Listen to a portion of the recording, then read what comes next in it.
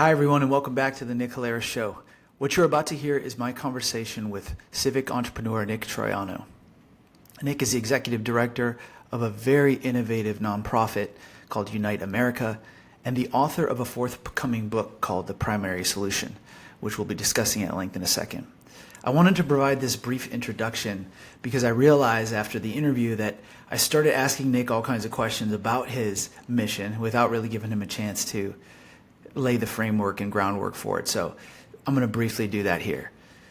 After working in policy and kind of running up against the wall, Nick decided to run for Congress in his home state of Pennsylvania as an independent. And in that process came to the realization that there might be a bigger issue in the sense that to make progress in America, maybe we have to look at the way we're handling the elections themselves. And since then, he's been dedicated to a particular type of reform called primary reform. And the idea behind primary reform is to look at these elections, the primary election process, and try to make it more representative. So that the high-level summary of the problem of primaries in our country is that in many states, primaries are closed. And so what happens in a closed primary is that if you're registered as a Democrat, you can't vote in the Republican primary and vice versa. And in Nick's view, and many others across the country, primaries are a leading cause for the extreme polarization that we see in our system. And the fact that the strange anomaly that there's huge voter dissatisfaction with Congress, yet the same people keep getting elected over and over and over again to Congress. And so Nick, for about a decade, has been pursuing this reform. And his idea is to end closed primaries and establish a new system where primaries are open, and has been successful in getting statewide legislation passed in the state of Alaska that ended closed primaries, established open primaries, I believe in 2019, and has had very interesting effects where across the board, across every single elected position, whether state or federal, Alaska is voting a more moderate slate. And the idea is that by opening up primaries to include independent voters and allow voters to kind of cross over parties depending on how they feel about a candidate, you create a situation where you get candidates that more accurately represent the will of the people. Without further ado, with that as our background, here is my conversation with Nick Troiano. Hi, everybody, and welcome back to the Nick Halaris Show. We have a very special guest, Nick Troiano, who is the founding executive director of Unite America, a very unique organization, a philanthropic venture fund, which we're going to get into here in a minute, but also the author of a forthcoming new book called The Primary Solution, which I just read and is a great read, and I'm recommending to all of our listeners here. And maybe the world's first civic entrepreneur. So Nick, welcome to the show. Thanks for being here. Good to be with you, Nick. So I've been following your work for a while. I first came across you through a mutual friend, Isaac Saul from Tangle, and have been excited to have this conversation. So thanks for agreeing to be here. I know you've got a book launch coming and you're busy trying to reform our democracy across the country. So appreciate you taking the time. So glad to have this conversation with you. So I thought we'd start here. You started a very interesting organization called Unite America, and you sort of came up with this phrase, civic entrepreneur, philanthropic venture fund, which I think are really interesting terms. Tell me more about the origin story of those two things. Sure. The catalyst for Unite America was a organization started in 2014 called the Centrist Project by a Dartmouth professor named Charlie Whelan. And I would say our North Star has largely remained the same, which is looking at how do we foster a more functional and representative government. And we've had different theories of change along the way that we've refined. Nowadays, we are squarely focused on reforming our elections and therefore the incentives of our leaders. But we have always, like I said, been focused on addressing this problem of partisan polarization, which has only gotten much worse over the last decade. And when we relaunched our organization as Unite America in 2019, we also did so in the model of being a philanthropic venture fund. And what we mean by that is uh, aggregating capital from a cross-partisan community of philanthropists and then allocating that capital to support nonpartisan election reform campaigns at the state level around the country. And much like, VC or PE firms, we not only do diligence on these opportunities, but also provide a lot of hands-on guidance and support and in-kind infrastructure to the groups and campaigns that we work with.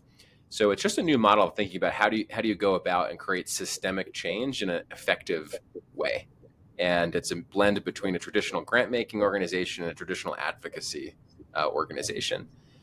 And I consider myself to be a civic entrepreneur in that pursuit because this whole idea is about trying to maximize civic return on investment, how much good we can do in the public interest, but realizing that to be effective, we have to embrace the best of entrepreneurship, trying to create something that hasn't quite existed before, a startup organization of scrappy but passionate talent, and being really focused on outcomes and how we measure that in terms of impact that we're making. Fascinating. And on the donor side, like who's donating to a philanthropic venture fund? Do they have like a consistent characteristics, or what's the story there? Yeah, I would say business, civic leaders, traditional philanthropists as well. One of our earliest supporters as an entrepreneur based out in LA, where you are, named Mark Merrill, who started Riot Games, which is a video gaming company, which has gone on to do a lot of amazing things, including in esports. And people like Mark have looked at our political system and see that 90% of members of Congress are getting reelected despite only 20% of the public approving of Congress, and seeing the growing number of people who are actually leaving both political parties, such that independents are now the largest and fastest growing segment of the electorate. And entrepreneurs look at that and say, wow, this is something that's ripe for some kind of disruption. There is a sort of market dislocation in this system to be seeing these outcomes, yet such dissatisfaction among the core customers, which are voters. And so I think this whole area of investment has really spoken to people who've done disruptive and important things in other aspects of society and the economy, and now see an opportunity to do that for the public benefit in politics as well. Yeah. You know, what's interesting. I'm a member of a couple civic activist groups here in LA, and I've been so since sort of before the pandemic.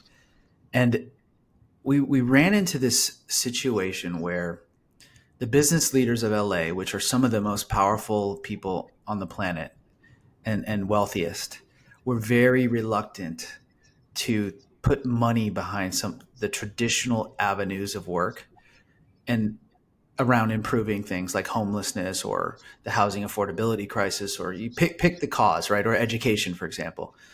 And the reluctance, at first my reaction to it was like sort of pessimistic, like, wow, nobody cares about it. But that's not actually true. People do care, but they don't want to throw sort of more money at things that are clearly not working.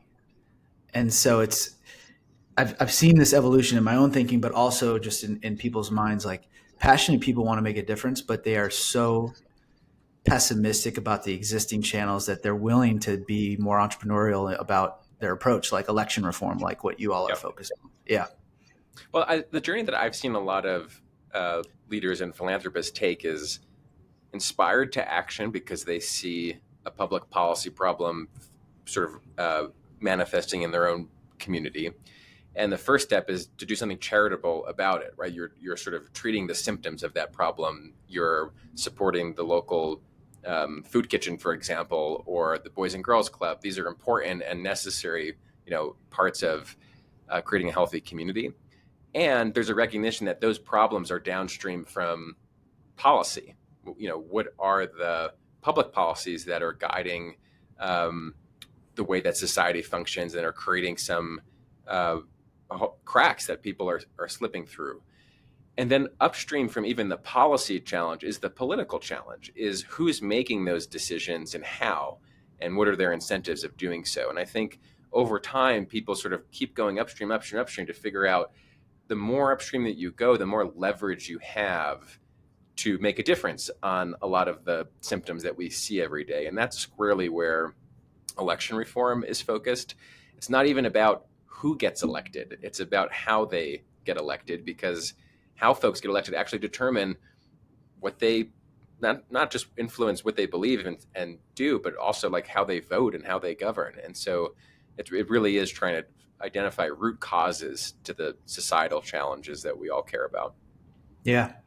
And I've noticed, like, to put an optimistic spin on the work that you all are doing, I've noticed recently that there are more and more activists, like true, like dedicated activists, who are coming to the conclusion that you all have come to, which is, hey, we probably should look at the election process itself. Like, we've had in the last month, I had two or three really well-known housing activists around in LA, local, Mm-hmm. and in the state of California.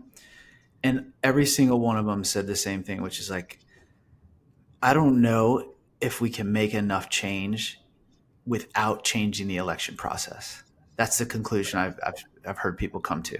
Because these are groups that have been really working for about a decade on trying to change, the way in which housing policy is implemented in the state. And they've like bashed their heads against this system for long enough to where they're like, okay, well, maybe we need different people to be in office to actually get this done, and are Right. starting to think about election reform.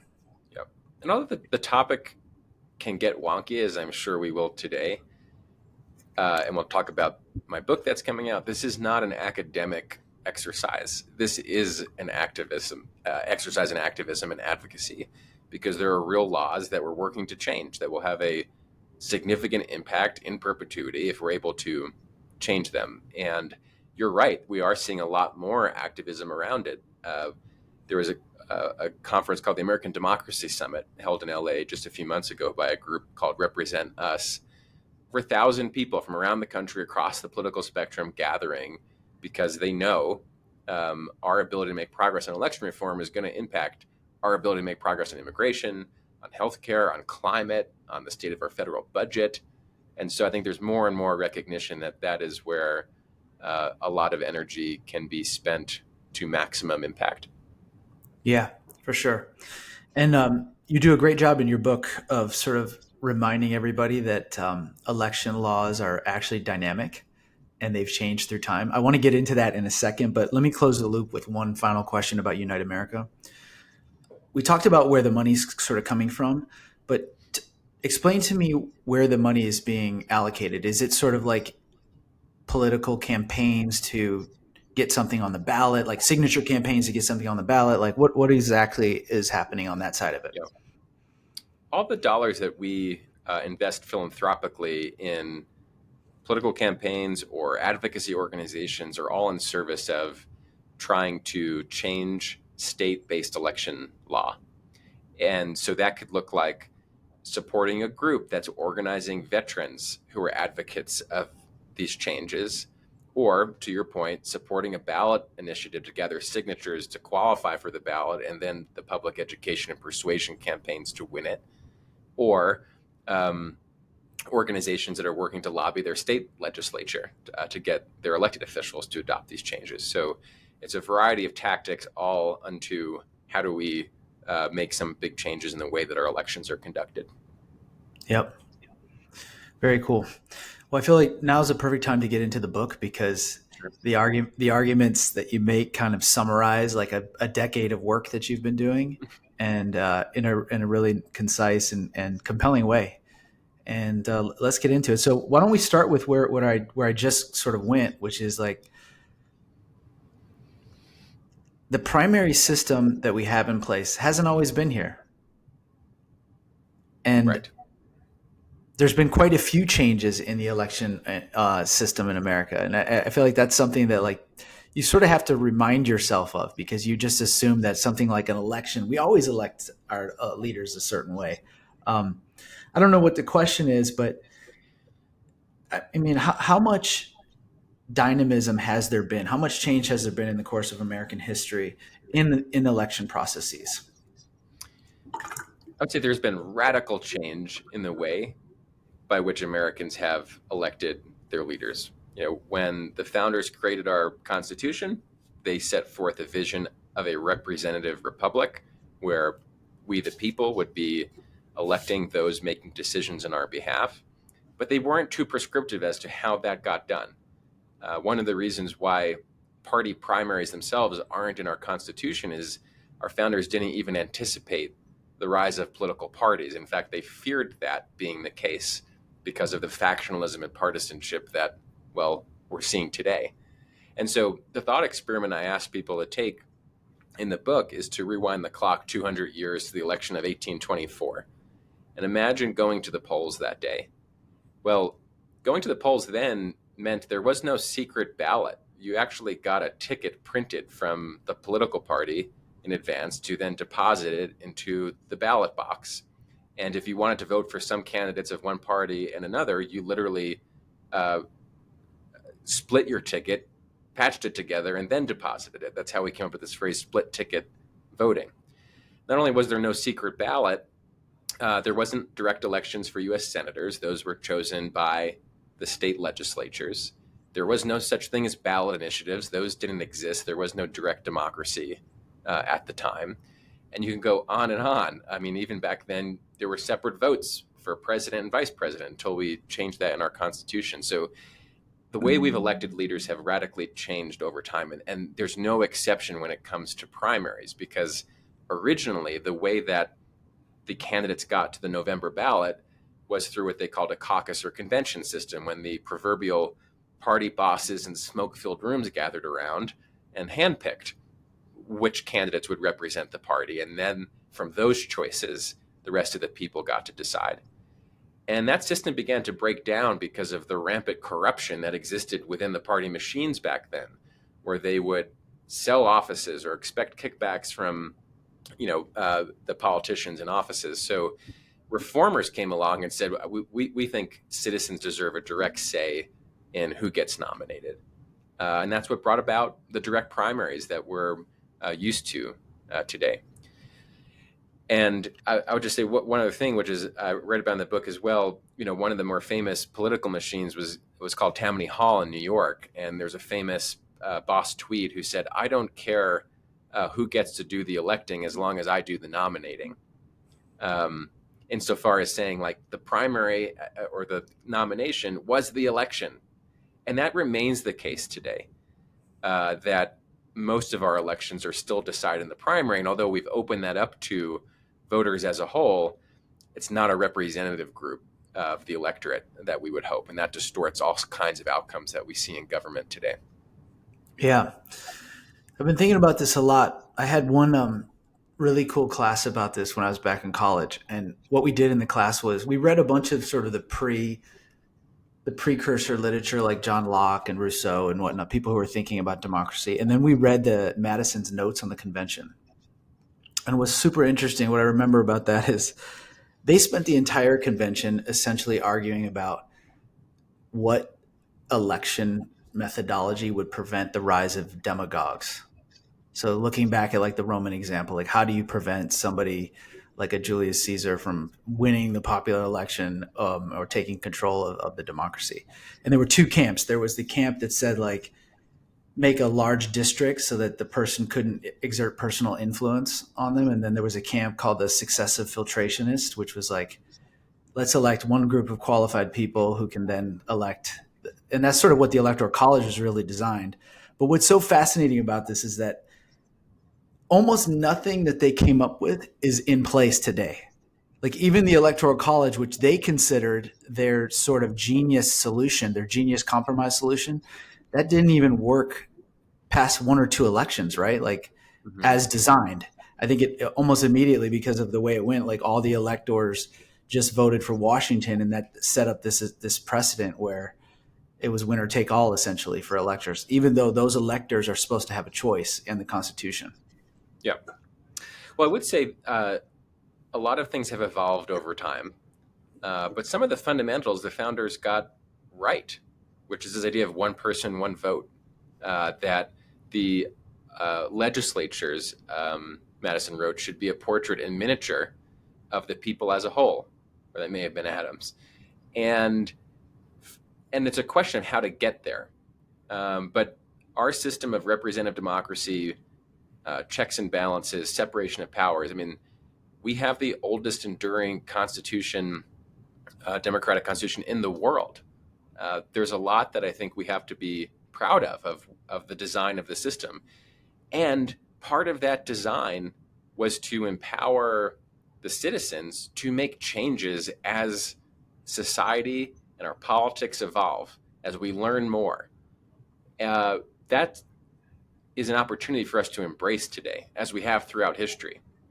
You can love the founders in America and our Constitution and believe that our proudest traditions are one of embracing the evolution of the system to meet the demands and challenges of our moment. And that's the movement that I think we need to see today, that I think you can unite people left, right, and center in our country, because there's one thing that all of these voters agree on, which is the current system is broken. It's not producing the results that we want. There's an inherent corruption of that system when our elected officials do not act, even when a majority of us can agree.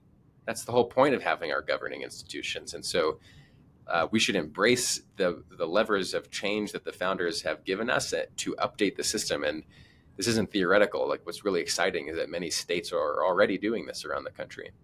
Yeah, and I want to get into that later too. Not only are they doing, but Unite America, your organization, has been successful in getting major reforms passed in Alaska. So I want to talk about that a little bit later. But why don't we? I probably should have done this, 20 minutes ago, just to level set people's minds about what we're talking about. We're talking about election reform, but let's talk about the specific election reform that you are pursuing. It's sort of hinted at in the title of your book, The Primary Solution, but just walk us through that. The thesis of my book is that party primaries are the biggest solvable problem in our political system today. It's not the only problem. Surely there's a problem of gerrymandering and money in politics, and the list goes on. But it is the problem where if we prioritize it, solving it, it can make the biggest difference on improving how representative and how functional our government is. And I think this has flown below the radar. I've written, it's hiding in plain sight. A lot of other issues get attention, but this one hasn't traditionally. In our own polling, when we ask people, pick of a list of issues, which is the biggest facing the country, only about 2% say party primaries. So the mission I'm on is to make that awareness and conviction that party primaries are a problem commensurate with the size of reality, that the incentives that are put on our political system by primaries are the most pernicious. So I'll say a word why, which is that when you look at Congress, for example, 83% of our congressional districts are locked for one party or another. Some of that has to do with redistricting, but most is we've just sorted ourselves into more conservative rural areas, more liberal urban areas. So that means in these districts, the November election is over before it even begins. The only election of consequence where our leaders are chosen is in the party primary, particularly the party that dominates that district. And so the problem is that only about 8 to 10% of Americans cast ballots in those primaries that wind up determining 83% of our Congress. So you have a small group of voters electing the vast majority of our leaders. And it creates all sorts of distortion in what those leaders believe and what their incentives are, and fuels a lot of the division that we see today. So if we're able to replace that party primary system with elections in which a majority of voters get to decide, not just the minority of fringe on the far left or right, we will have, in my belief, a much more functional representative system than we have today. Yeah. I've been talking to people in sort of prep for this as I read the book. What's fascinating is that most people that I spoke to understood the distorted incentive system that you mentioned with primaries, but they didn't make the connection to like the consequences of it, which I think is important. And I'm glad that you're doing the work you're doing, because there are consequences to it. What's funny is there's a chapter in your book where you're discussing the reality of this sort of fringe and very small percentage And you used New York district. I think it's in Manhattan District 10, which my friend won. My law school friend, Dan Goldman, won that. But he Okay. won with a very small percentage, right? Like 6% or Yeah. something. He Yeah. won that primary. And then because it's a blue gerrymandered district, he just walked into Congress. Yep. He actually has been a guest on the podcast too. Oh, So nice. yeah, Yeah. but that's what's happening in it sounds like the vast majority of districts is what's happening. A small number of voters, and you don't even need to get anywhere near a majority, and then you win. Exactly. And the consequence of that, of course, is for most members of Congress, their only fear of losing their next election is someone running to their left, if they're Democrat, or right, if they're Republican. So, whereas most Americans want our leaders to work together across the aisle to find common ground and solve problems, we elect people into a system in which they get punished for doing what we want them to do, and they get rewarded for doing things that we don't want them to do. That's the distortion in the system today. I mean, imagine any business where the more likely you are to do your job, the more likely it is that you get fired. Maybe go out of business. But that's our governing institutions today because of this system that we have. And so, on issues of immigration, for example, which we're debating right now and still failing to solve, despite the crisis at our southern border in a dramatically worse position. 10 years ago, there was a bipartisan attempt in the Senate. That bill went to the House. The majority leader, who was open-minded to taking up pieces of that, got primaried out of office over that summer in 2014, and the bill was dead on arrival. It became an issue where Republicans couldn't talk about a path to citizenship for the millions of undocumented Americans here today, or path to legal status even. And Democrats couldn't work with Republicans on border security. I mean, by the time that you get to 2018, we were having a debate of bumper stickers, build the wall versus abolish ICE. And so if that's the debate the country's having, we're never going to be able to solve these issues. And the challenge with that is that these problems are getting worse over time, not just on immigration, but you think about the time we're losing on climate or the time we're losing on the budget. The Congressional Budget Office came out yesterday and said, we're now spending more money on interest payments on our national debt than we are on national defense. Think about that.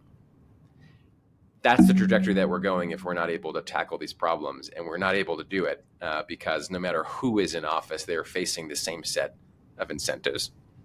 Yeah, and you used a phrase in that answer, to get primaried. What does it mean to get primaried? Yeah, primaries used to be a noun, and then 20 years ago, it really became a verb, which is when party activists or special interest groups will weaponize the primary process to challenge an incumbent member of Congress by running a candidate to their ideological extreme and kicking them out of office basically at the primary level before most voters get to decide in the November general election. And the rise of these ideological primary challenges has risen dramatically. The first few that made headlines about 20 years ago was Joe Lieberman, a moderate Democrat, or Arlen Specter, a moderate Republican, who got chased out of their parties, essentially. And that has only grown with the Tea Party, with Justice Democrats, with the MAGA movement now, where you can see people, look at the last election, Kurt Schrader in Oregon, a Democrat, Congressman McKinley in West Virginia. These two members supported the bipartisan infrastructure bill. They worked to find a compromise on an issue that was important for the country. Both of them got challenged and lost to someone running against that issue, saying that they shouldn't have done that, shouldn't have betrayed their constituents and worked, with the other party to do it. That's the consequence. That's what primary means. It's sort of the party loyalty test that's being administered by the activist class, despite the will of the majority. Yeah, and it works. People are able to primary somebody because so few, two reasons it sounds like. So few people are voting in primaries. And in some states, there's some really cool charts in your book that lay this all. In some states, you can only vote in a primary if you affiliate with the party. They're not open, they're closed off. So maybe we should talk about that. Like walk us through the lay of the land of the primary process in America, because it's pretty diverse. It is, especially on the question of who can vote. So there's about 15 states in our country where only Republicans can vote in the Republican primary, only Democrats can vote in the Democratic primary. We call those closed primaries because they're closed to any other voter, including they're closed to independent voters, which, as I referenced before, is the largest and fastest growing segment of the electorate. Gallup did a poll last year that showed close to half of Americans identify as independents. We're releasing a report soon that will show 23.5 million independent voters will be disenfranchised by closed partisan primaries for president or Congress this year. That's the equivalent of the state of Florida. And a majority of young people, Gen Z and millennials, close to half of veterans, are among that group. So it's basically the both major parties telling those who fought for our country and those who are the future of our country that they don't deserve a voice in taxpayer-funded elections of who should govern the country. It's wrong, it's un-American, it's got to change. And there's already states that are working to open their primaries to all voters. The next categories of states are states with semi-open or open primaries where independents can vote in either party primary, or Ds and Rs could even cross over to vote in a primary. And then there's 5 states where they don't use party primaries at all. They use a nonpartisan primary, either for state or federal office.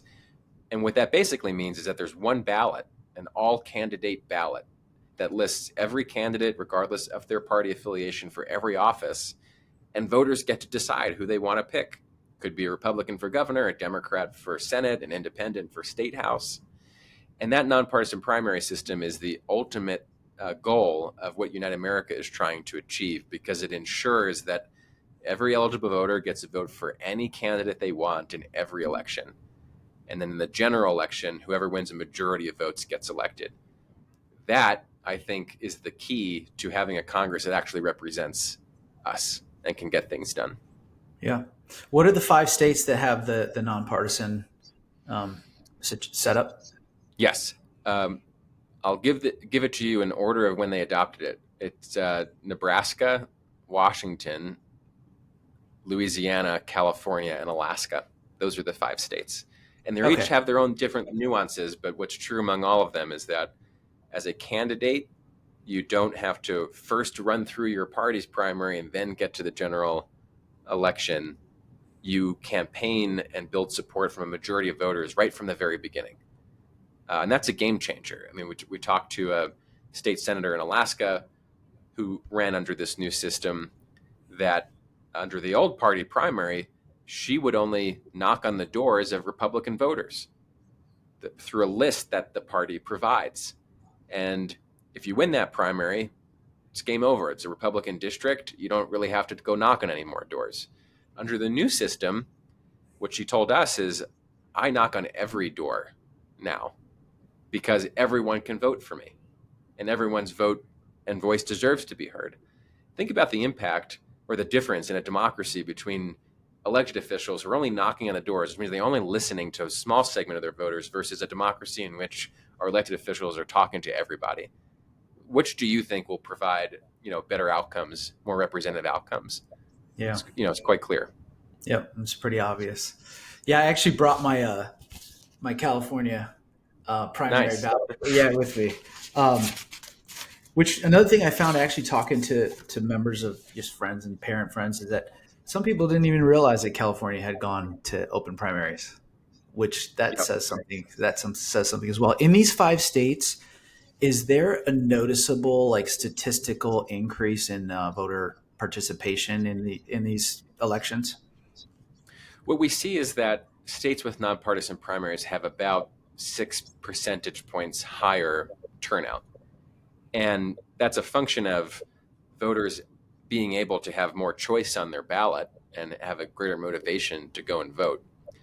But beyond turnout, which is the traditional measure of how we think about the health of a democracy, how many citizens are showing up to participate, I think that sometimes that can be distracting because you can have high participation in a very unrepresentative system. So what we look at is how many voters are turning out in elections that actually uh, are are deciding the outcome, meaning elections that are competitive, have more than one person on the ballot, that aren't foregone conclusions based on party affiliation alone. And what we found, for example, is in Alaska, the number of voters casting meaningful votes, meaning in elections where their votes matter, went up close to 60% after that state adopted a nonpartisan primary system. So yes, you get higher turnout, but more importantly, you get more voters casting ballots where their candidate selection actually impacts who's elected. That's fascinating. And if we rewind the clock, like the problem with the old system that was in place in sort of the early America is that these political bosses were incredibly corrupt and would only put forward, they basically controlled who got on the ballot. Right. And so the primary was adopted as an antidote to that by saying anyone can in the party can get on the ballot. Not anyone. I'm sure each state had different rules, but anyone could get on and we'll take a vote instead of Boss Tweed picking it. We'll take a vote. And what happened over time, it sounds like, is that with probably from a combination of sort of gerrymandering and modern technology, the primary process became sort of equally corrupt as the boss system in producing outcomes that aren't good for America. In But it short, sounds the like, way I yeah, describe it is that we replaced the party bosses with the party bases. We traded one set of elites for another. Um, the party leaders for the party activists. We never got to the place where we actually gave the power to a representative group of the electorate to decide these elections. And so I think the reformers who created the direct primary had the problem right, but the solution, at least in today's context, is the wrong one. And that's what we need to continue to build on the foundation they laid to evolve the system and to improve it. And I yeah, think that one of the most important arguments I make in the book is that it's not just good for the voters and good for the country to make this change. The political parties themselves ought to want this, because one of the reasons why they were on board with this direct primary in the first place was how much factionalism existed within the parties. And they thought opening it up to the voters would reduce that. Well, today there's a lot of factionalism and division within the political parties because you have these small groups of activists deciding these elections. And the impact of that is that the parties are nominating candidates outside the mainstream of the general electorate. And so you see the Democrats, for example, nominating candidates to the left of the median voter and losing those seats. The Republicans are doing the same thing.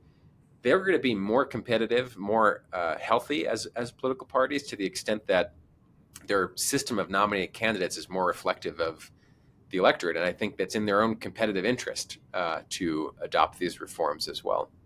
yeah.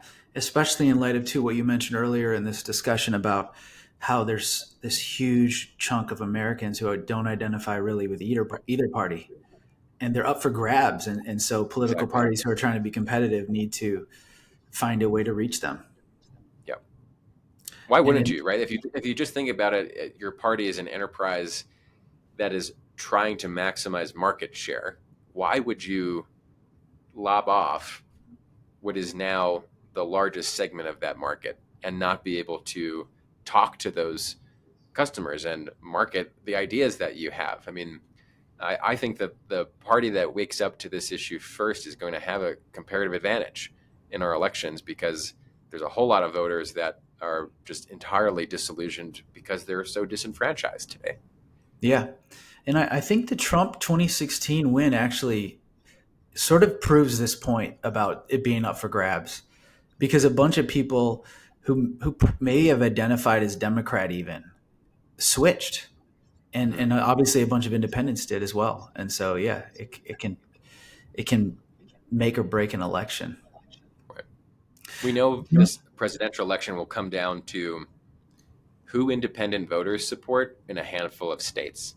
Yeah. And it is absurd to me that in several of those states, Pennsylvania, Nevada, Arizona, those same independents have no ability to influence the candidates that either party is putting forward. Uh, It makes no sense. So Pennsylvania is one with a closed primary, Yeah. which is, yeah, that's a problem. Do Yeah. you think this may be sort of a too wonky of a question, but do you think that if we had solved gerrymandering, like let's say you could rewrite history and the districts actually weren't insane like they are, do you think the primary problem would still exist? Is gerrymandering, like if you took that away, would we still have the problem that we have today? Yes, undoubtedly. And that's one of the reasons why, while we support efforts to eliminate partisan gerrymandering, we know that this problem will still exist because of the way that the electorate has already sorted itself, going back to this urban rural divide. So, Colorado is a state, for example, that ostensibly solved gerrymandering through an independent redistricting commission. No longer does the state legislature get to draw the districts in their own interest. An independent commission of Republicans, Democrats, and independents do this. Well, they did that, and of the, I believe, 9 congressional districts in Colorado, only one is competitive between either political party. It's not because the district lines have been gerrymandered, it's because of the way that the geography works. And so in the rest of those districts, it's still the party primary that's effectively determining who gets elected. And what's the system in Colorado? Is it that wasn't on the list of 5, right? No, not yet. However, it did move from a totally closed primary to a primary that is now open to independent voters as a result of a ballot initiative back in 2016. And that was a step forward. And we've seen hundreds of thousands of independent voters in Colorado now participate in the primaries. And they are a fluid part of the electorate. All of the thinking out there that independents are closet Democrats or Republicans is just rebutted by what we've seen happen, which is in 2020, a lot of those independents voted on the Democratic side because they had a lot of more competitive races. And in 2022, a lot of them voted on the Republican side, in part to vote against many of the extreme election denying candidates that were running Republican primaries at that time.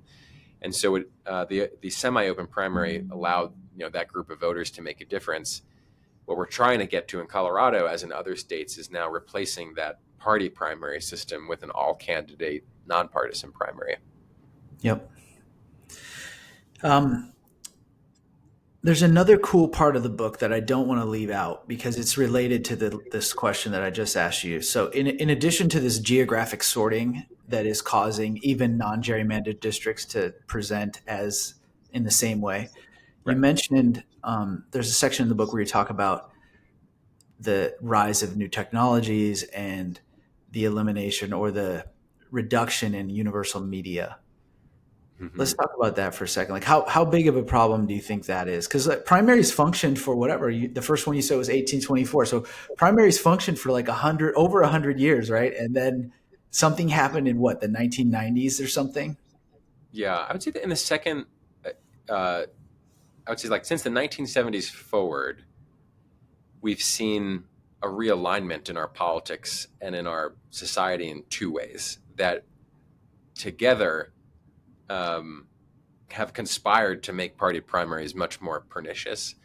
The first is the technology and media challenge that you describe. We used to have pretty ubiquitous sources of news, the major network stations, for example, that drew tens of millions of viewers a night. That's unheard of, right? In today's very fragmented media landscape, in which we've created a bunch of echo chambers where we don't have a common source of what is true and or not, because people are seeking out and are able to get information that affirms their beliefs rather than informs them. And social media has only put that on steroids. So that has had a tremendous impact on the electorate because we no longer have a common frame of reference, and there is sort of partisan echo chambers on both sides. And that could be traditional media, it could be talk radio, it could be social media. The second major realignment that happened was in our politics, where post-civil rights era, the Democratic Party became much more homogeneously progressive. The Republican Party much more homogenous conservative. There's no such thing really anymore as the moderate Northeastern Republican or the conservative Southern Democrat. These parties used to have a lot of ideological diversity. They do no longer. So they've really sorted, which all of this just means that the party primary system has become much more of a purity test, where the influence of the information ecosystem, whether that's MSNBC telling Democratic voters what their nominee ought to believe, or Fox News doing the same to Republican voters, and those voters having much more of the same worldview than they've ever had within the party, means that we're getting much more ideological nominees out of these parties, and we lose the flavor of Democrat or Republican that used to exist. And I would say that's the biggest change now in the last 50 years, where the primary system, which was once sort of innocuous, has now become, I think, not just the biggest blocker of being able to get things done in Congress, it's a threat to democracy itself, because of the anti-democratic or illiberal extremism that we're now seeing at the fringes of both sides. So I quote, the former economist Herb Stein, who said, "Things that are unsustainable tend to stop." He was referencing, economics. This is true in politics as well. We cannot continue to go on polarizing at the rate that we are. We've already seen dramatic consequences of that when you think about January 6th, for example, and the attempt to overturn an election. But we're also, I think, at real danger of seeing actual political violence in the country because of how much of the hatred and distrust that has been sown by the current system. Yeah, I agree. And it's kind of sobering, because this polarization is reaching its logical conclusion, which is manifesting in things like election denial. And you can't have a democracy if every time you lose, you just assume that it was a fraudulent situation, because there's no trust. And without the trust, you're just going to believe whatever you want, and you'll be incited to do stuff like January 6th, which is Right. scary. Yeah. And I would just proffer that this is not only a problem on the extreme right, which understandably gets most of the attention right now with Trump running for election. After 2016, half of Democrats actually believed that Russia changed voting totals in states where Hillary Clinton lost. And a couple years after that, you had Stacey Abrams run for governor in Georgia and refused to concede after she lost that race, litigated it, lost in court.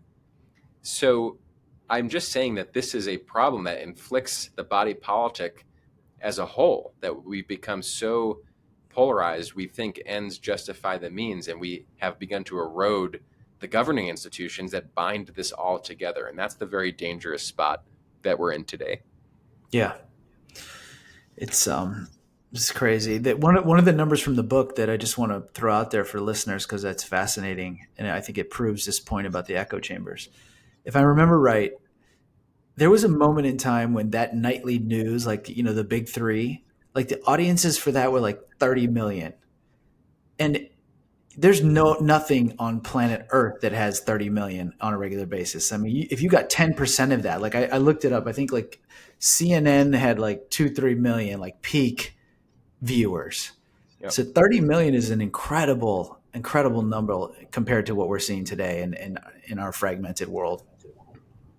The world has changed, and I don't think there's any putting this sort of toothpaste back in the bottle. We're gonna have to figure out how to cope with and even find the benefit of the modern age and the technology at our fingertips. And I will leave that to smarter people than I to figure out.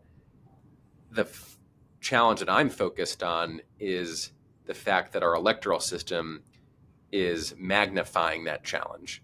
It's actually exacerbating the problem, not mitigating it. And I also think that this is a challenge that's very fixable. If you ask me, what do you do about the proliferation of AI and social media, I would send you to others to talk to. And I think it's really hard to think about that.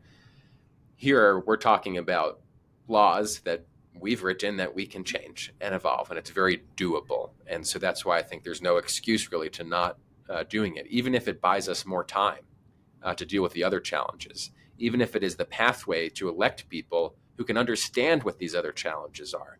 I end the book talking about the rise of AI and the recent congressional hearings on TikTok, remarking that 3 of the members of Congress in that hearing kept referring to it as Tic Tac, the breath mint. They don't even know what these things are, but they're the people that we're trusting to regulate it. So we fix the political and election challenge. We get leaders who I think can help us address some of these other challenges as well. Yeah. I know we're running short on time, and I want to make sure I cover a couple things. So this might be several rapid fire questions, but before we leave, you got to tell us, what's the gold standard that Unite America is pursuing? Like, what does the reform look like? I feel like we got to get that out for the listeners. Of course. Alaska, I believe, set the gold standard in 2020 when it replaced its party primaries with a top 4 nonpartisan primary, which means all the candidates are on the ballot, voters pick their favorite, the top 4 finishers go to the general election. And in the general election, they use an instant runoff to ensure that whoever wins has majority. And that process is facilitated by voters not just having the option of voting for their favorite candidate, but ranking them in order of preference.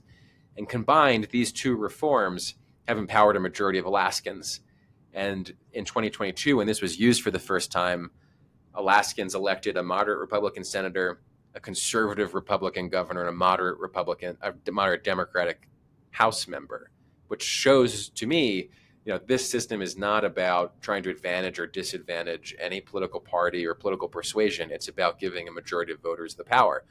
That's what we'd like to see happen in several other states this year to 2026. Every state we win this reform in, we liberate 2 more U.S. senators, several more U.S. House members to govern in the public interest. This is how we can change Congress. Yeah. And the Alaska story is a success story for Unite America, right? Like, you all funded or played a huge role in getting that 2020 ballot measure passed, right? There were a lot of organizations involved, and it was the first investment that we made from our philanthropic venture fund when we launched in 2019 was to help that effort get going. So we are proud of that work there and proud of the folks that are on the ground making this happen in many other states. Yeah. Very cool. Well, 2 more questions for you. I can tell just from our conversations that we've had and reading up about you online, listening to your podcast, that you're a person who's sort of always been publicly minded like this. Like, you've been fighting the fight as a civic activist citizen for a long time. Where did that come from for you? The best idea that I have of that is joining the student council in 2nd grade, and things kind of snowballing since then. I was a sort of student government guy, got involved in my community, then got involved in my state, then now trying to make change at a national level. So I just think early on, the experience in school that I had and in joining some of these extracurriculars was to imagine, like, what does it look like to leave something a little bit better than how you found it? And that's the ultimate expression of citizenship, I think. And I've been fortunate along the way to have a couple great mentors who've instilled that in me even further, especially in the political domain. That's great. What's last question? What's something that our listeners can do to make a difference if they're interested in supporting this reform movement? Yeah. What's great about this is we're not trying to pass a federal law or amend the Constitution, which means the actions that are required to win these election reforms happen at the state level. So chances are, no matter where you live, there's an organization that is working to make a change in the election process. There are groups like Represent Us, Open Primaries, Fair Vote, Veterans for All Voters that have local footprints, that have local campaigns. And so I would encourage people to head to uniteamerica.org where we list all of these organizations. You can find a local campaign and get involved. And the easiest thing you can do right now to learn more or to help spread the word is head on over to wherever you buy your books, grab a copy of The Primary Solution, and share it with a friend. Yeah, and we're absolutely going to be encouraging all of our readers and listeners to buy the book. I think it was really well written, and I'm super aligned with the mission. Thank you for the work that you do for this country, and thank you for taking time to come on the show, Nick. Really appreciate it. Thank you very much, Nick. Appreciate it.